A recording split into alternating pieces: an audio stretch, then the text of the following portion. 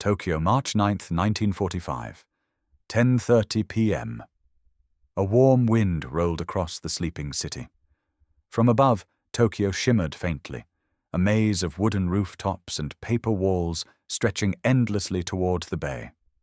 Families slept side by side in single rooms, unaware that history was only minutes away. Then, a low hum. At first it sounded like distant thunder. Then another, and another. Soon the entire sky began to vibrate. Black shadows, hundreds of them, slid through the moonlight. Each one carried a name painted on its silver skin. Super Fortress. Inside those B-29s, young American airmen tightened their oxygen masks. Their bomb bays opened with metallic sighs. Below, the wind shifted inland. The first bombs fell silently.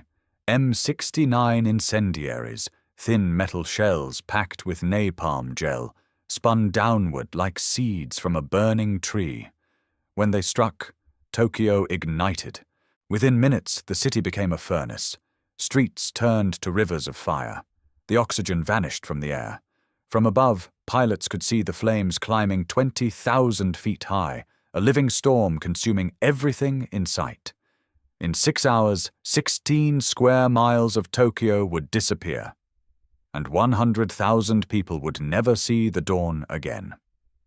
By 1944, the United States had unleashed the most expensive weapon system ever built, the Boeing B-29 Superfortress. Capable of flying higher, faster, and farther than any bomber before it, the B-29 was designed to be the war-ending answer to Japanese resistance. Its engineers called it a marvel. Its generals called it decisive. But its mission, to bring Japan to its knees through strategic bombing, was failing. The problem was not the plane. It was the plan. For 2 years, the U.S. Army Air Forces had followed a doctrine of high-altitude daylight precision bombing. It had worked, barely, in Europe. In theory, carefully targeted bombing raids would cripple enemy production centers while minimizing civilian casualties. But Japan was not Germany, and Tokyo was not Berlin. At 30,000 feet, Japan's jet stream blew at 200 miles per hour. The high-altitude winds pushed bombs wildly off course. Some missed by miles, others scattered harmlessly across rice fields and rivers. Bombing through cloud layers meant radar was needed, but Japan's infrastructure was dispersed, camouflaged, and embedded inside civilian neighborhoods. Even with radar, targeting was unreliable. And unlike the concentrated German industrial zones, Japan's wartime production was largely decentralized. War-critical items like aircraft parts, ammunition belts, and rifle bolts were often manufactured by home workers, civilians, mostly women, assembling gear in small wooden homes. So, when precision raids hit aircraft factories, the Japanese simply moved production into residential districts. Factories disappeared. War production continued. In June 1944, B-29s began flying from bases in India and China, but logistical nightmares made sorties infrequent and ineffective. So in late 1944, after capturing the Mariana Islands, Saipan, Tinian, and Guam, the U.S. finally had ideal launching points.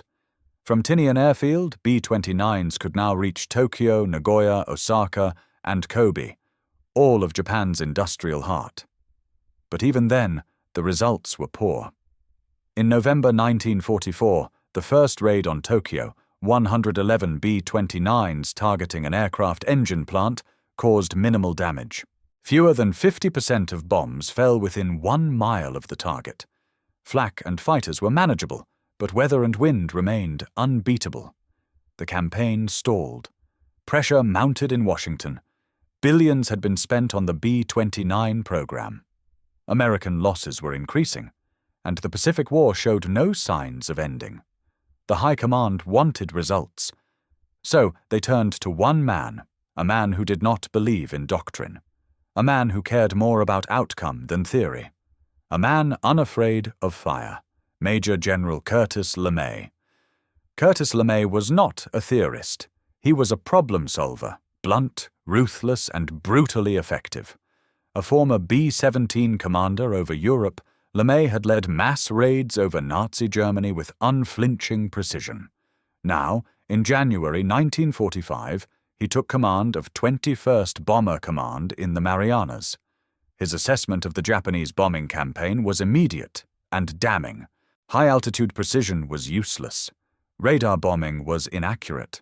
And worst of all, Japan's war production was hiding in plain sight, inside neighborhoods, family homes, and urban alleyways. So LeMay did what few others dared. He changed the rules. He grounded the idea of precision. Instead, he would burn Japanese cities down, not with explosives, but with fire. His plan was simple, savage, and coldly logical. Fly at night to avoid flak and fighters. Fly low, 5,000 to 7,000 feet, beneath the jet stream. Remove gunners and armor to reduce weight. Carry maximum incendiaries, napalm-based cluster bombs. Target the densest urban zones, where workers lived, not factories. And for his first true test, LeMay chose the biggest prize of all. Tokyo. The capital of the Japanese Empire was the most densely populated city on Earth. Nearly 7 million civilians, packed into wooden homes, straw rooftops, bamboo walls, a city built like kindling. In the central districts of Asakusa, Kanda, and Shitamachi, homes stood less than 5 feet apart. Narrow alleys twisted like dry tinder between buildings. Most families still used open flames for cooking. There was no natural fire break. From the air, Tokyo looked like a giant wooden box. LeMay knew it. So did his staff. And on March 5, 1945, after several dry runs and one aborted mission due to weather, they gave the go-ahead for Operation Meetinghouse, the code name for a raid designed not to cripple a factory, but to incinerate a city. The weapon of choice was the M69 incendiary cluster bomb. Each M69 was a small cylinder filled with napalm gel and a simple fuse. When released from 5,000 feet in massive clusters, they burst open mid-air, scattering hundreds of napalm bomblets over several square blocks. When they hit roofs, streets, or courtyards, they stuck, burned, and consumed.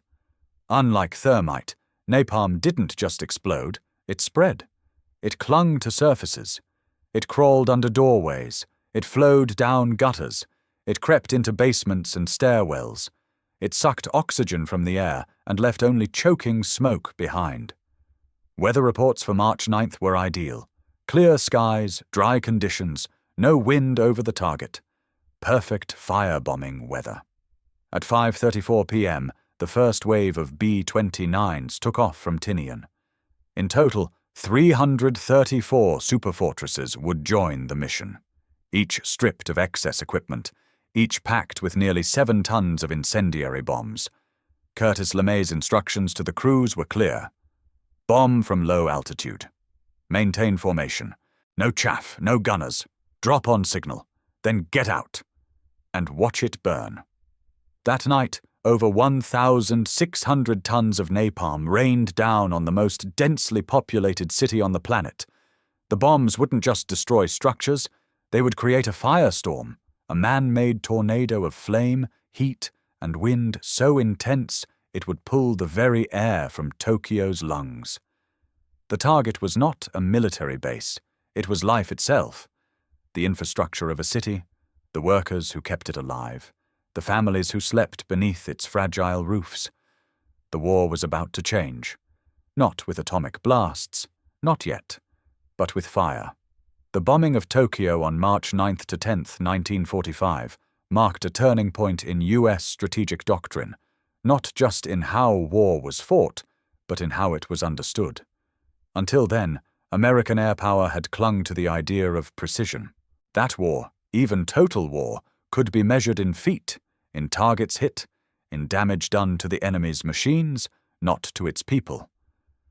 But Curtis LeMay, seeing the failure of that logic over Japan's terrain, embraced destruction as method.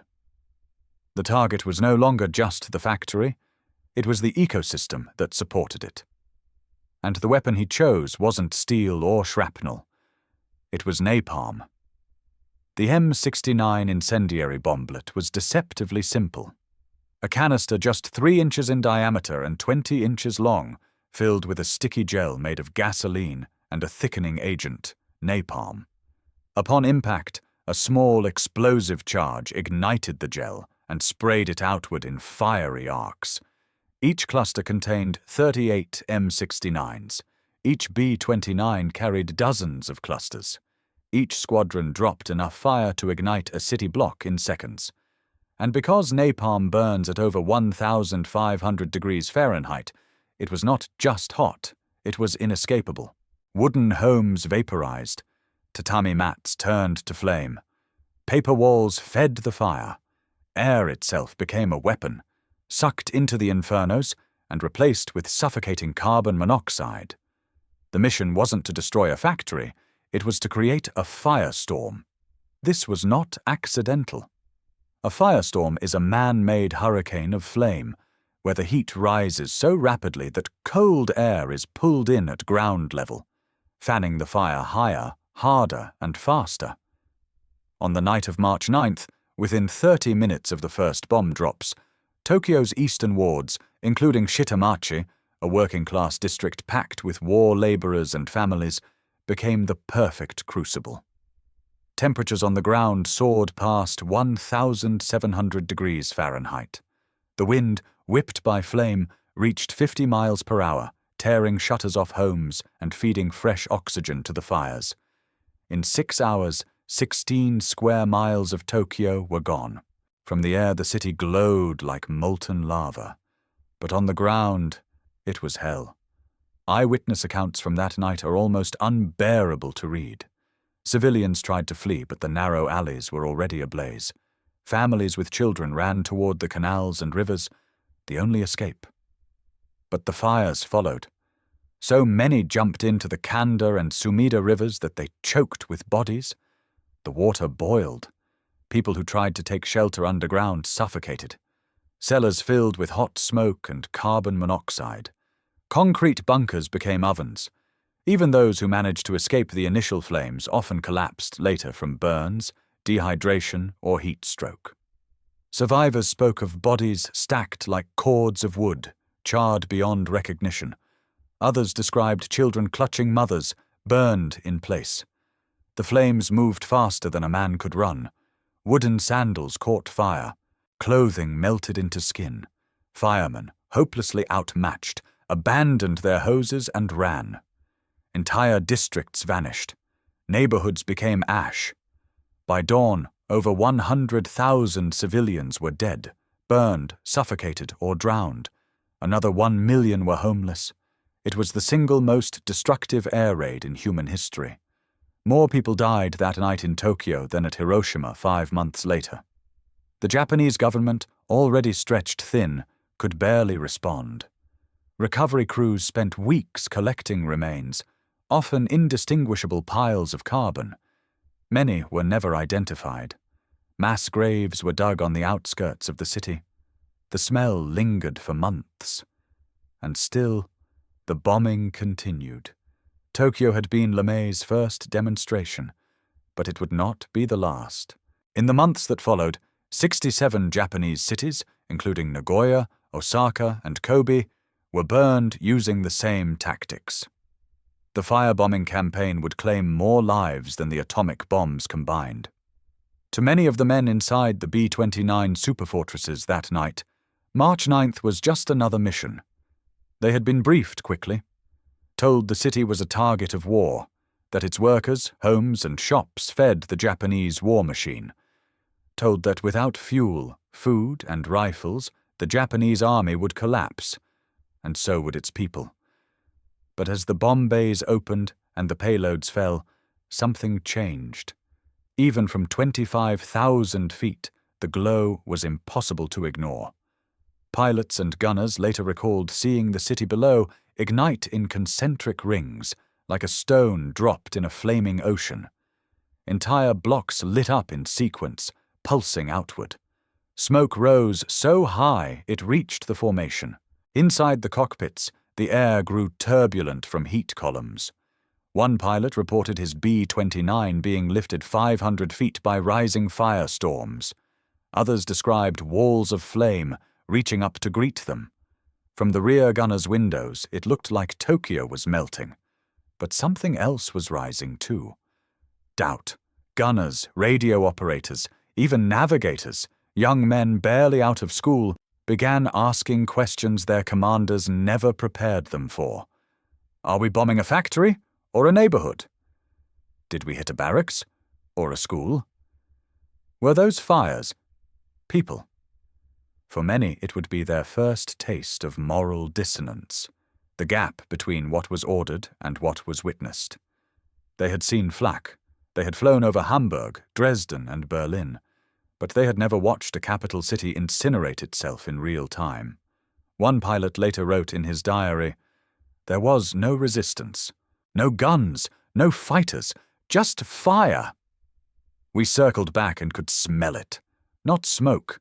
It was something else, something we didn't talk about. Even LeMay's air crews, hardened by years of war, knew something fundamental had shifted. They weren't just attacking military targets anymore. They were waging total war. The Tokyo firebombing achieved its objective. In less than one night, it crippled civilian morale, disrupted industrial production, and demonstrated American air supremacy with overwhelming force. In raw strategic terms, it was a success. But the cost, in civilian lives, in human suffering, in the moral foundations of warfare, remains debated to this day. Curtis LeMay never flinched. "If we lose this war," he said later, "I'll be tried as a war criminal." He knew exactly what he had ordered, and he believed, to his core, that it was necessary. Japan had shown no signs of surrender. Kamikaze attacks continued. The battles of Iwo Jima and Okinawa would prove the fanatical resistance of both soldiers and civilians alike. To LeMay and his staff, burning Tokyo was not cruelty, it was calculus, a brutal arithmetic. If fire today meant fewer bombs tomorrow, if one horrific night could shorten the war by months, then it was justified. But that justification came at a price. Civilians as military targets, fire as a deliberate tool of terror, silence afterward as a form of coping. After the war, no Allied commander was tried for firebombing. No apology was issued to Tokyo. No monument was raised in remembrance, not officially. The victims were left to grieve in ashes and memory. The Tokyo raid was the clearest example of how modern war blurred the lines between combatant and civilian, between necessity and horror. It set a precedent that would be followed and questioned for generations. And in that fire, a question still burns. Can victory erase everything done to achieve it? March 9, 1945, 10:30 p.m., Tokyo local time. The first B-29s reached the target zone. They came in low. No flak, no fighters, just the cold stillness of night and a city asleep below. Each aircraft released its bomb load in staggered waves, forming a vast X-shaped grid of flame over Tokyo's most densely packed wards. The lead pathfinders dropped M47 magnesium incendiaries to mark intersections. Those behind unleashed thousands of M69 napalm bomblets in tight formation. Each bomblet burst open in mid-air, each fragment ignited on impact, each fire joined with the next. And within 30 minutes, Tokyo was on fire. The fire spread fast, far faster than Japanese civil defense could respond. In Shitamachi, fire breaks had been carved out earlier in the year, but the heat was too intense. Wind sucked through alleyways like bellows. Entire blocks ignited in under 5 minutes. Residents awoke to red skies and the sound of bombs bursting without explosions, a dull whoomph, followed by a wall of heat. Fire tornadoes formed as the temperature soared. Buildings exploded from within as oxygen vanished. Wooden homes disintegrated in seconds. Those who fled into the streets found themselves surrounded. Those who stayed inside suffocated. Canals and rivers, once thought of as safety zones, became killing fields. Fathers threw their children into the water. Mothers followed, trying to cool burning skin, only to drown or be boiled alive. Bodies clogged the Kanda River, the Sumida River, the drainage canals behind homes and factories. Firemen ran from the heat. Rescue crews melted before reaching the worst-hit wards. The B-29s kept coming. From 10:30 p.m. to 2:30 a.m., waves of bombers passed overhead in steady rhythm. Each one added to the vortex, not a raid, but a deliberate creation of a firestorm. Temperatures on the ground exceeded 1,800 degrees Fahrenheit, 982 degrees Celsius, hotter than the melting point of steel. Concrete cracked. Steel window frames twisted. Entire families were incinerated where they stood. In bunkers, children screamed as heat seeped through air vents. In courtyards, fire raced ahead of footsteps. There was no safe direction. From the sky, pilots saw a city glowing white-hot. Some B-29s circling the target zone reported turbulence strong enough to lift their aircraft several hundred feet. One crew member described the flame as rolling, like waves, but vertical. The smoke rose into a mushroom-like column, visible for 150 miles. By 4 a.m., the last B-29 turned back toward the Marianas. The city beneath them no longer resembled Tokyo. It resembled a burnt wound, a blackened scar across Honshu. All light was gone. All sound had stopped. All that remained was the low hiss of steam and the distant crackle of smoldering wood. And under that ash were the bodies. March 10th, 1945, sunrise. The fire had stopped. Tokyo, the proud capital of the Japanese Empire, had become a graveyard. At first light, survivors wandered through a landscape that no longer made sense. Streets were gone, landmarks erased, entire neighborhoods had vanished. Districts like Asakusa, Honjo, and Fukagawa were simply not there anymore. Where they had stood the night before, now lay only smoking rubble and bodies. Some corpses were still clutching each other, charred skeletons locked in final embraces. Others lay in canals and drainage ditches, bloated from steam and fire. Rescue workers, stunned and overwhelmed, stacked the remains in open lots, hundreds at a time, like firewood. Children cried beside mothers who no longer moved. Fathers dug through ash, searching for anything to prove their homes had existed. And everywhere, the smell of burned flesh. In just 6 hours, 16 square miles of Tokyo had been obliterated, an area larger than Manhattan.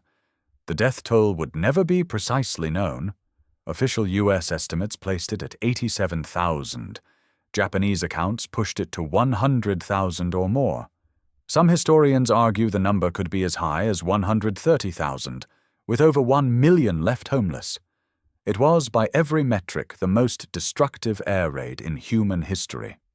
More died that night in Tokyo than in Dresden, more than in Hamburg, more than in Nagasaki, even more than in Hiroshima, 5 months before the atomic bomb was dropped.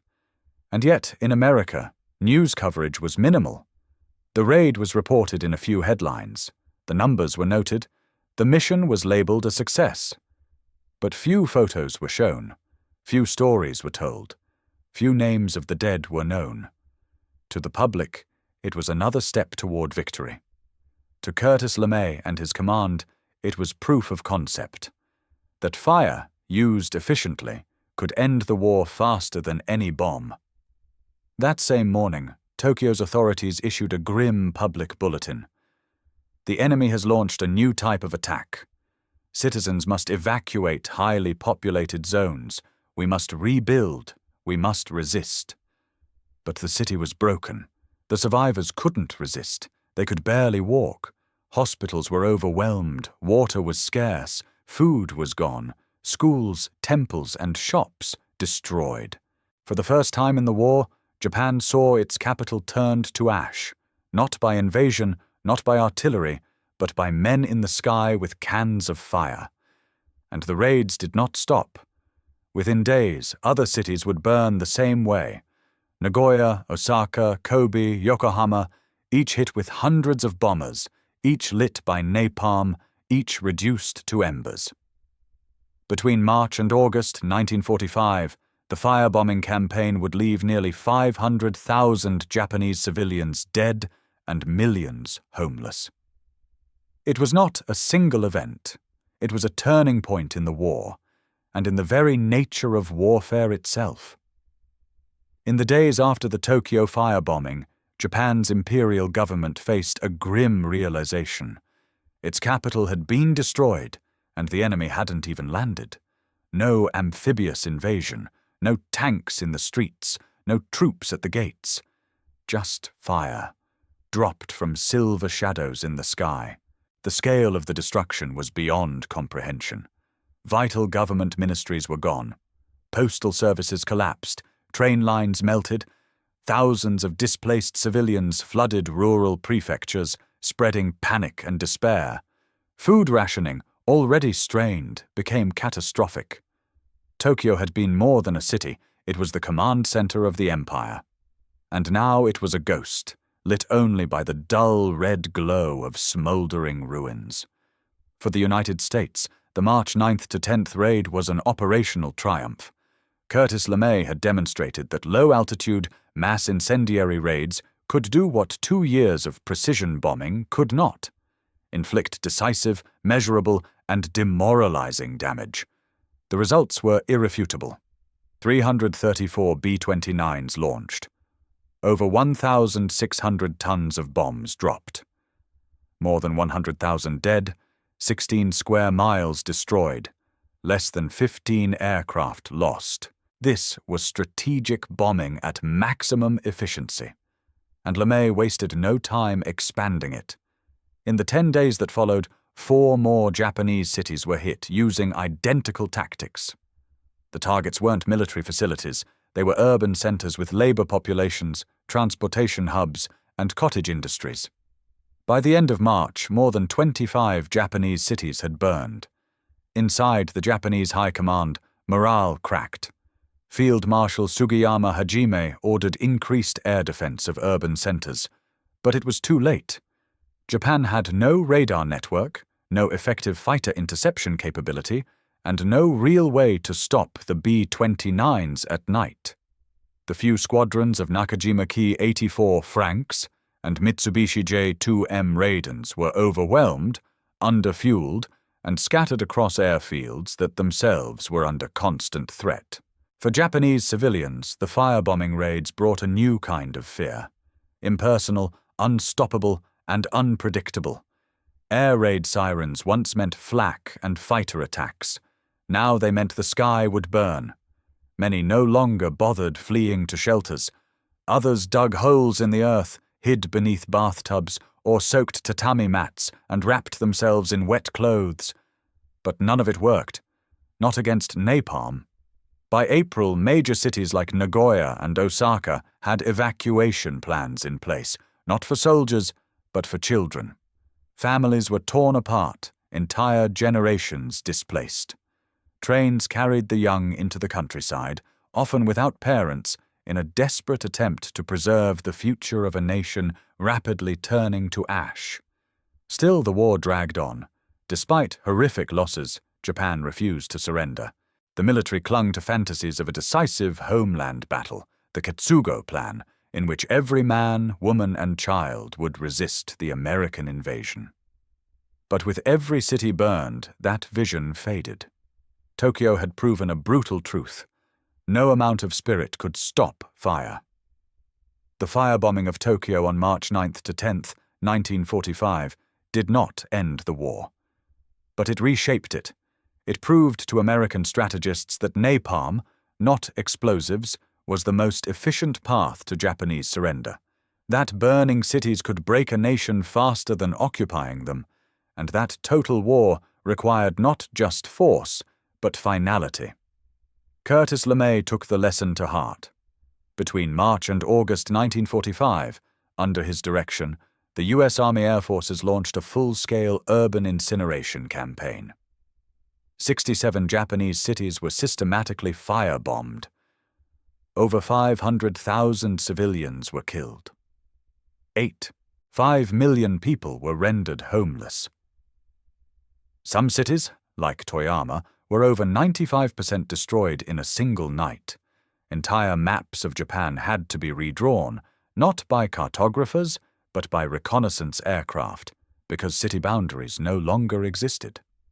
What began in Tokyo became a blueprint for annihilation. And yet, it still wasn't enough.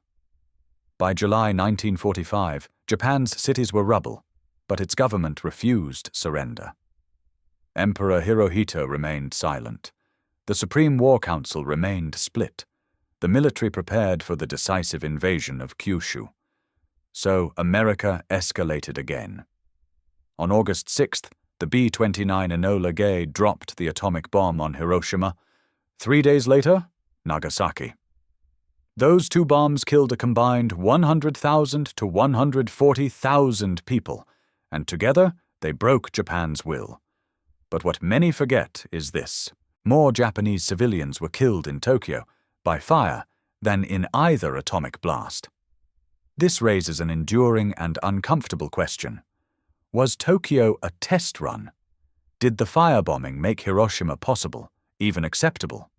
Historians remain divided. Some argue that Tokyo's destruction normalized total civilian targeting, that it opened the gates to nuclear warfare by desensitizing the public and the military to mass death. Others claim it was a last resort, a response to Japanese intransigence and the horror of battles like Okinawa, where tens of thousands of civilians had died resisting. But whatever the motive, the result was clear.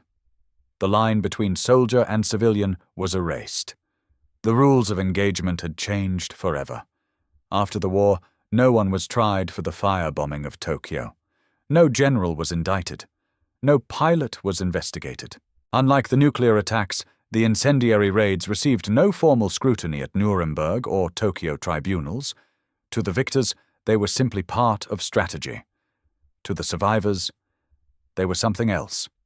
Post-war Japan struggled to reconcile the trauma. The Bruins were cleared quickly, the dead buried in mass cremations, but the emotional scars remained in silence. For decades, the Tokyo firebombing was rarely spoken of in textbooks, in films, or in politics. Even survivors were reluctant to talk.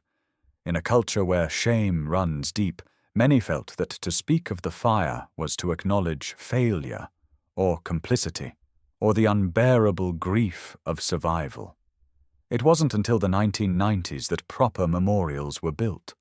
Today, a small museum in Tokyo, the center of the Tokyo raid and war damage, tells the story. It sits modestly in a quiet ward, far from tourist maps. There are no crowds, no noise, just the whisper of memory. And for the US, the lessons of Tokyo shaped doctrine for generations. Napalm would be used again, in Korea, in Vietnam, in the Middle East. Each time, its legacy echoed back to that night in 1945, when fire proved more terrifying than steel. The Tokyo raid stands today as both a military milestone and a moral chasm, a triumph of engineering, a strategy of terror, a victory bought in oxygen and flame, and a question that refuses to go out. What do we become when the fire is ours to command? It began with the sound of engines. It ended in silence. On a single night in March 1945, a city was erased not by conquest, not by invasion, but by flame. The Tokyo firebombing was not a mistake. It was deliberate, calculated, executed with clinical precision. And it worked. It forced a new kind of warfare into existence, one where civilians became targets, where cities became weapons, and where victory was measured not in battles won, but in neighborhoods lost. The men who flew the mission believed they were ending a war. And perhaps they did. But the people who burned weren't soldiers. They were seamstresses, mothers, sons, children sleeping on tatami mats. They were the faces behind the silhouettes in the flames. History often remembers Hiroshima. It speaks rightly of Nagasaki. But it is in Tokyo, before the bomb, before the surrender, where humanity first crossed a threshold, when fire became the preferred tool of peace. The raid on Tokyo forces us to ask not just what war does to cities, but what cities and their ashes reveal about us. Because what burned that night was not just wood and rice paper. What burned was the idea that war could ever be clean. More than 100,000 dead in 6 hours. No monuments large enough, no words soft enough, only a skyline that would never look the same again, and a sky that had once promised only stars.